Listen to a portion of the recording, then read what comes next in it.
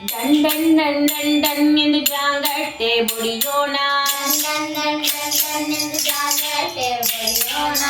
ಟಿಂಗ್ ಟಿಂಗ್ ಟಿಂಗ್ ಟಿಂಗ್ ಎಂದು ಗೆಂಟಾಯ ಹೊಡೆಯೋಣ.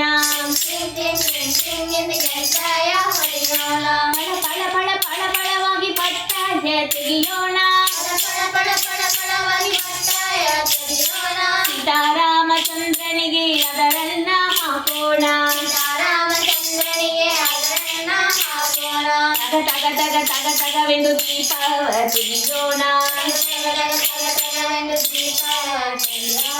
ಚಕ ಚಕ ಚಕ ಚಕ ಚಕವಾಗಿ ಹೂಮಾಲೆ ಹಾಕೋಣ. ಬಿಸಿ ಬಿಸಿ ಬಿಸಿ ಬಿಸಿ ಬಿಸಿಯಾಗಿ ಹುಳಿಯನ್ನ ಮಾಡೋಣ. ಕರುಕುಳು ಕುಳು ಕರುಕುಳು ಕುಳು ಹಪ್ಪಳ ಹುರಿಯೋಣ. ಹೂವಾಗಿ ಪಾಯಸ ಮಾಡಿ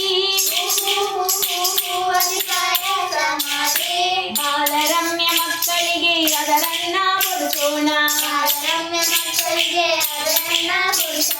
ಡನ್ ಡನ್ ಡನ್ ಡನ್ ಡನ್ ಎಂದು ಜಾಂಗಟ್ಟೆ ಹೊಡೆಯೋಣ. ಟಿಂಗ್ ಟಿಂಗ್ ಟಿಂಗ್ ಟಿಂಗ್ ಟಿಂಗ್ ಎಂದು ಗೆಂಟಾಯ ಹೊಡೆಯೋಣ. ಟಿಂಗ್ ಟಿಂಗ್ ಟಿಂಗ್ ಟಿಂಗ್ ಟಿಂಗ್ ಟಿಂಗ್ ಗೆಂಟಾಯ ಹೊಡೆಯೋಣ. ಜೈ ಶ್ರೀ ರಾಮಚಂದ್ರ ಮೂರ್ತಿ ಕಿ.